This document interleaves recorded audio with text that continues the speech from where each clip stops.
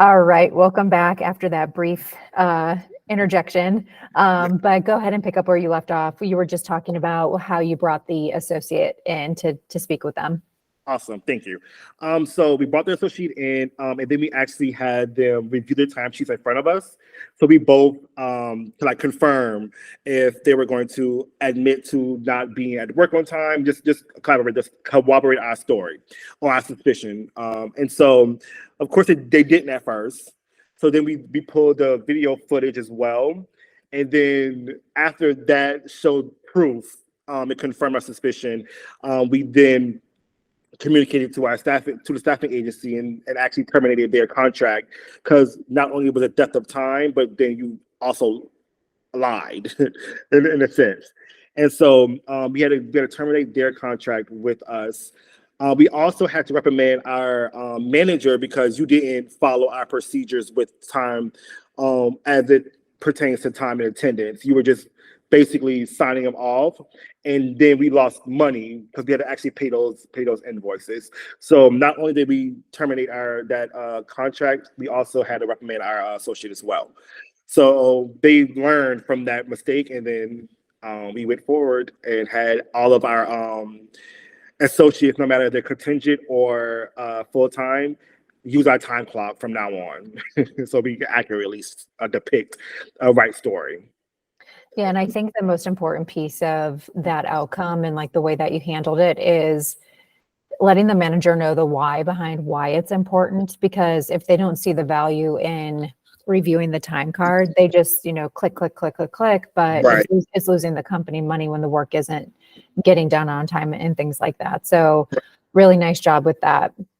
The third question, are there any reports or metrics or any type of analytics that you have looked at in the past or currently looking at to improve anything within the organization? We currently now at Cortland, we look at a lot of data analytics to kind of, excuse me, make our culture better, basically. So demographics for diversity, we look at a lot of those to see how much diverse hires we have, and what programs we can have to kind of foster that inclusion and that diversity. Also being on the talent acquisition side, the time to fill metrics, we think is very, very, very big. The candidate experience, because that candidate experience kind of tells you how you're going to be treated once you become an associate. It's always our job to be positive, if that makes sense. So we want to have a positive impact on them as well as retention. And another big one is employee satisfaction surveys. So we look at those surveys to see what we did right, what we did wrong, what can we change, what did work, why it didn't work, and how we can make it work in the future, or was it just a big no? So just going through all of those, making sure that we are intentional with what we do going forward, because Portland is big on culture.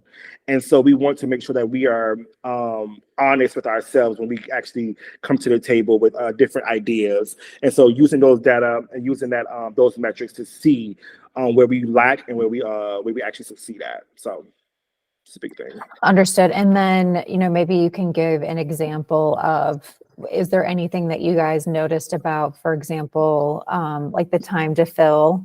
Like, what was the data showing you guys? And did you need to make any improvements, or did it look good? Yes. So our time to fill was initially outrageous. So it was for our corporate level associates, we gave them at least 20 days to fill our roles, which is kind of a long time to act. That's almost a month without that role being actually filled. And so the data shows that within 48 hours of interest, within 48 hours of them applying, their interest then goes out the window for a candidate. So you have to get that candidate within 48 hours. That first communication, whether it be that phone screening, whether it be reaching out to set up a phone screening or interview, whatever it may be, you need to get them in that first 48 hours. So after 48 hours, they're on to another job. They might have another interview. Who knows? And so our time to fill, we also kind of like minimize the amount of interviews. We used to do 3. Now we do 2, which is not a big difference, but then it is a big difference. Yeah. So we let our hiring managers know that the constant need for interviews kind of like puts a wear and tear on that on that candidate. Having to interview 17 people to get an entry level job is outrageous. And so we let them know the statistics of how at the final stages we always got, oh well, the process was too long, so we decided to go to another company. And so we kind of like minimized that. And then for the first interview was just to get to know you. The second interview is a panel interview. So then it kind of like knocks out that third and fourth or fifth interview that we probably would have in the past.